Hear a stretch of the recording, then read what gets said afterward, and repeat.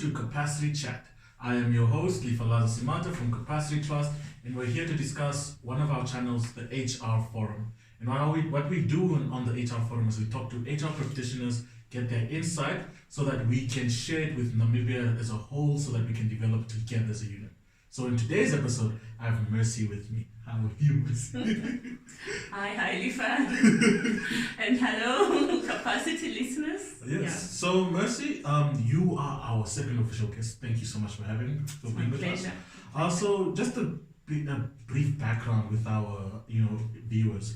How long have you been in HR, and what is your HR experience, your human resource experience? Wow, when I thought about how long I've been in HR, I thought, sure, I'm ancient, yo.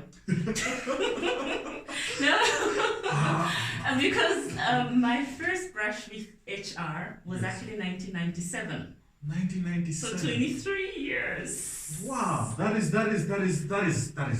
Just yesterday. Lifa, please show me your ID. Please show me your ID before we go there. Okay, maybe I was 3, but still.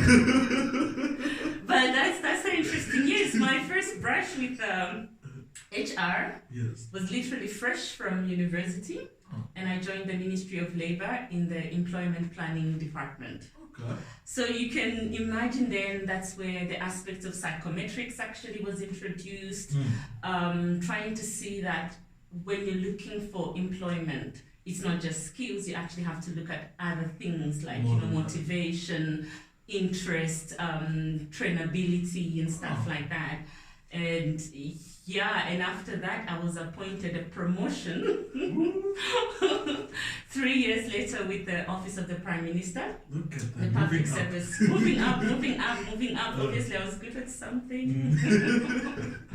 But then I was appointed as what we called at that time personnel systems analyst.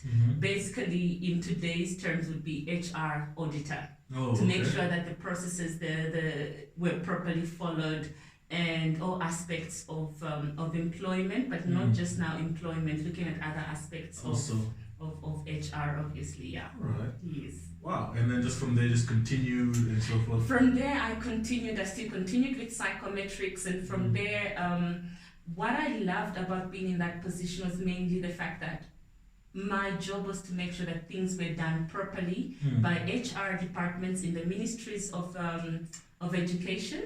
Definitely. And the Ministry of Health. At that time, I was responsible for those ministries, and as well as Parliament. So even Parliament had to do the right things when it comes to human resources. Because people's lives are involved. Definitely. So you must make sure that there's some objectivity, but at the same time, coming from a psychology background, some heart must be into HR. Definitely. And that was my main job. So I also dealt a lot with grievances. So when cases could not be resolved within the ministry itself, it was escalated to the Office of the Prime Minister. And my department at that time, or the one that I worked for, was the Public Service Commission. So when things cannot be solved at a certain level, they escalated to the Office of the Prime Minister. And grievances from employees where they handled properly. So it was like the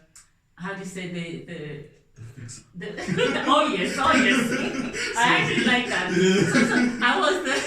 I was the Olivia Pope of HR. There we go.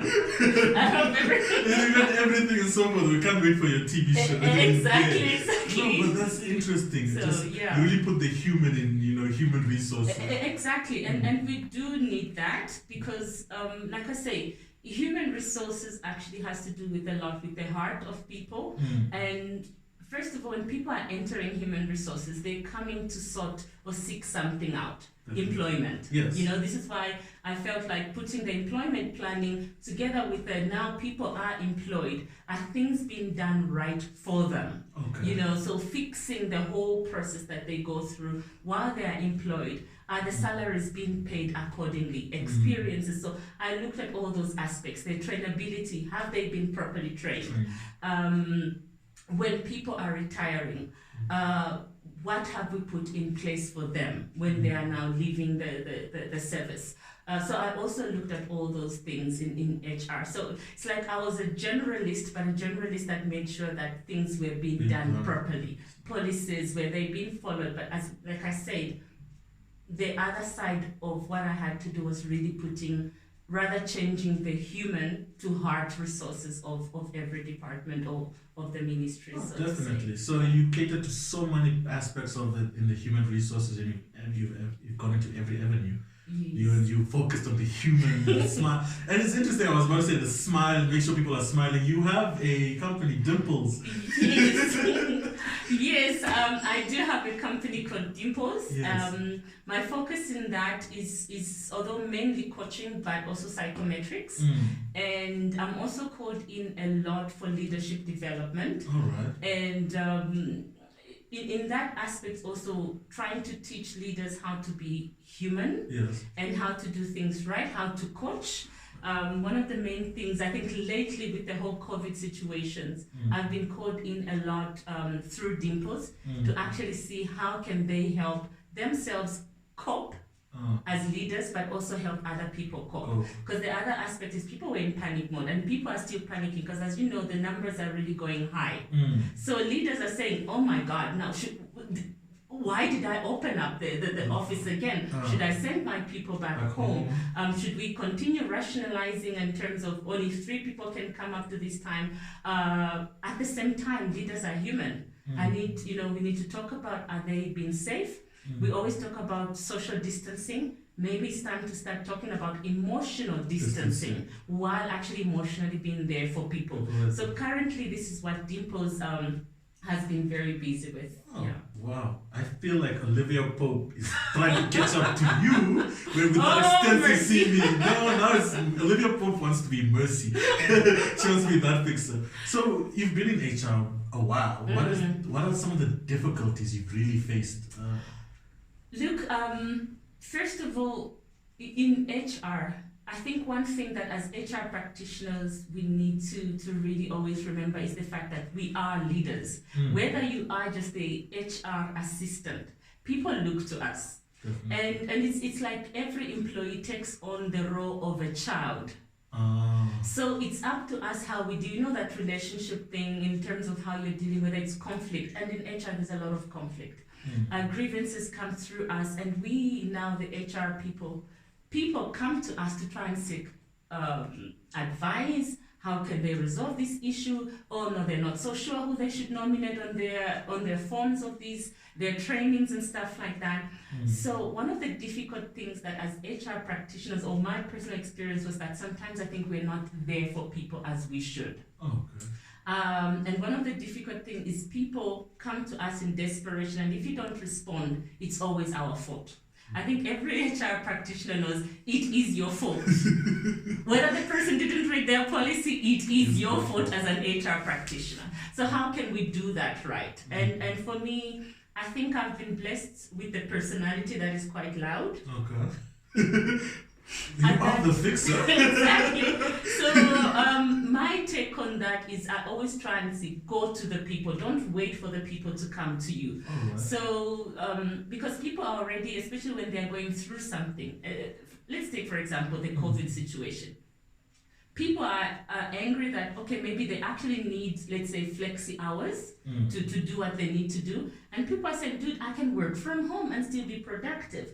So let's find out, okay, how can we help you to work from home? You know, it's different, like when you say, are you sure you can really work from home? But when you just change how you speak to people and make it feel like it's really about them, not about you trying to get something out of them, I feel like that really, really changes how people look at things and how they start viewing HR as actually caring and not HR just wanting me to do something for the company and them not giving me back. So my way of dealing with this is always going out to sections, going out to people and say, literally the F&B thing, how can we help you?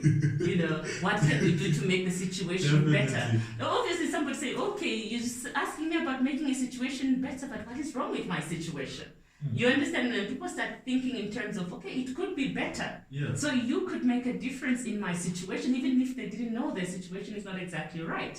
Definitely. You understand? Or maybe it is right, but everything could be made better. You understand? And that changes how people start viewing the services that you're giving them when they feel like you care.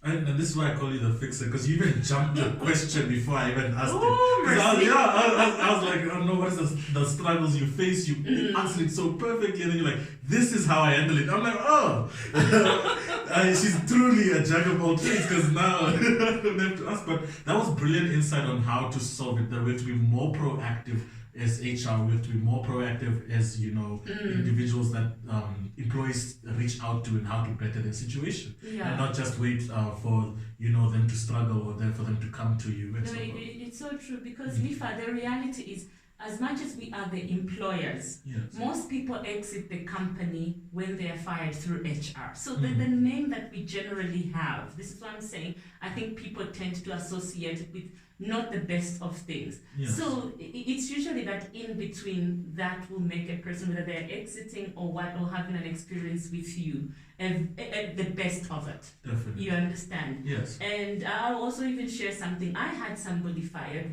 through Dimples that I chaired a disciplinary, and my recommendation was, no, this person should go. And this person was really angry and like, no, but I have a family and what. I said, but dude, you are not performing. Look at the records. You are not showing up. They trusted you with their petty cash. Dude, you went partying with the company's money. So I'm sorry, but you have to leave. And what I'm saying is the way that I think Dimples handled it was such that I think about 3 months down the line, but I remember that guy was very angry at the moment. About 3 months to 6 months down the line, I get a call from somebody else saying, I was referred by, let's call him Johannes. Like, Johannes who said, if I see you in Marua Mall, you cross over. Oh, wow. I'm like, wow. Johannes he said, despite the fact that you fired him, you actually gave him tools of what he was doing right and wrong, and how he could actually rather better it and do it differently. And how sometimes just discussing. So I think when we as HR start being proactive and say, okay, this was what was going wrong, but this is how you can actually change it in the future.